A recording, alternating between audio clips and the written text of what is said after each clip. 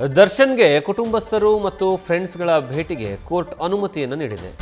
ಕುಟುಂಬಸ್ಥರ ಭೇಟಿ ಕೋರಿರುವಂತಹ ದರ್ಶನ್ ಅರ್ಜಿಯನ್ನು ಪುರಸ್ಕಾರ ಮಾಡಿದೆ ಕೋರ್ಟ್.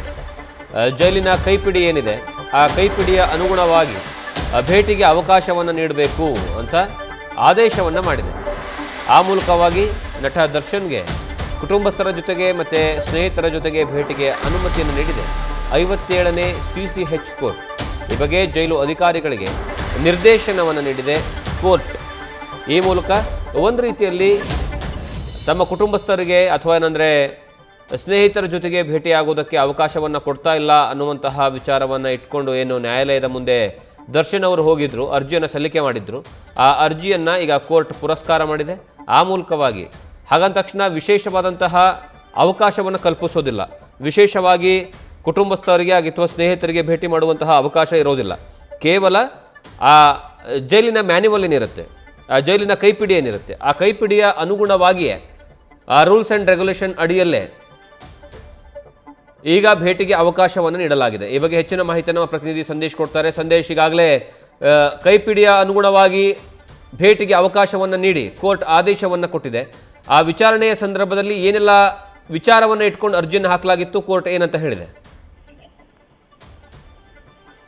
ಜಗದೀಶ್, ಇಲ್ಲಿ ನಟ ದರ್ಶನ್ ಅವರು ಕುಟುಂಬದವರ ಸಂದರ್ಶನಕ್ಕೆ ಅಂದ್ರೆ ಕುಟುಂಬದವರು ಭೇಟಿ ಮಾಡಿ ಒಳಗಡೆ ಮಾತನಾಡೋದಕ್ಕೆ ಒಂದು ಅನುಮತಿಯನ್ನ ಕೊಡಬೇಕು ಅಂತ ಹೇಳಿ ಕೋರ್ಟ್ಗೆ ಅರ್ಜಿಯನ್ನ ಸಲ್ಲಿಸಿದ್ರು. ಇಲ್ಲಿ ಪ್ರಮುಖವಾಗಿರುವಂತದ್ದು ಅವರು ಮೆನ್ಷನ್ ಮಾಡಿರೋದು ಕುಟುಂಬ ಸದಸ್ಯರು ಹಾಗೆ ಸ್ನೇಹಿತರನ್ನ ನಾನು ಒಳ ಸಂದರ್ಶನಕ್ಕೆ ಅನುಮತಿಯನ್ನ ಕೊಡಬೇಕು ಅಂತ ಹೇಳಿ ಒಂದು ಅರ್ಜಿಯನ್ನ ಕೂಡ ಸಲ್ಲಿಕೆ ಮಾಡಲಾಗಿತ್ತು. ಈಗ ಸದ್ಯ ಅರ್ಜಿ ವಿಚಾರಣೆ ನಡೆಸಿದಂತಹ 57ನೇ CCH ನ್ಯಾಯಾಲಯ ಜೈಲು ಕೈಪಿಡಿ ಗಣವನ್ನು ಅಂದ್ರೆ ಜೈಲಿನ ಮ್ಯಾನ್ಯುಯಲ್ ಏನಿದೆ ಆ ಮ್ಯಾನ್ಯುಯಲ್ ನ ಅಂತೆ ಭೇಟಿಗೆ ಅವಕಾಶವನ್ನ ನೀಡಿ ಆದೇಶವನ್ನ ಕೊಟ್ಟಿರುವಂತದ್ದು. ಅಂದ್ರೆ ಪ್ರಮುಖವಾಗಿರುವಂತದ್ದು ಜೈಲ್ ಮ್ಯಾನ್ಯುಯಲ್ ನಲ್ಲಿ ಏನೆಲ್ಲ ಅಂಶಗಳಿರ್ತವೆ ಅಥವಾ ಜೈಲ್ ಮ್ಯಾನ್ಯುಯಲ್ ನಲ್ಲಿ ಏನಾದ್ರೂ ಈ ರೀತಿಯ ಭೇಟಿಗೆ ಅವಕಾಶ ಇದ್ರೆ ಅದಕ್ಕೆ ಅನುವು ಮಾಡಿಕೊಡ್ಬೇಕು ಅಂತ ಹೇಳಿ ಈಗ ಸೂಚನೆಯನ್ನ ಕೊಟ್ಟಿದೆ. ಜೊತೆಗೆ ಜೈಲ್ ಅಧಿಕಾರಿಗಳಿಗೂ ಕೂಡ ಈಗ ನಿರ್ದೇಶನವನ್ನ ಕೊಟ್ಟಿರೋದ್ರಿಂದ ಈಗ ಮೊದಲಿಗೆ ಜೈಲ್ ಮ್ಯಾನ್ಯುಯಲ್ ಅಲ್ಲಿ ಈ ರೀತಿ ಕುಟುಂಬಸ್ಥರನ್ನ ಜೊತೆಗೆ ಸ್ನೇಹಿತರನ್ನ ಒಳ ಸಂದರ್ಶನಕ್ಕೆ ಭೇಟಿ ಮಾಡೋದಕ್ಕೆ ಅಥವಾ ಒಳ ಸಂದರ್ಶನದಲ್ಲಿ ಭೇಟಿ ಆಗೋದಕ್ಕೆ ಅವಕಾಶ ಇದೆಯಾ ಇಲ್ವಾ ಅನ್ನೋದನ್ನ ನೋಡ್ಬೇಕಾಗುತ್ತೆ. ಯಾಕಂದ್ರೆ ಇಲ್ಲಿ ಪ್ರಮುಖವಾಗಿರುವಂತದ್ದು ನಿರ್ದಿಷ್ಟವಾಗಿ ಇಂತಷ್ಟು ದಿನ ಮಾತ್ರ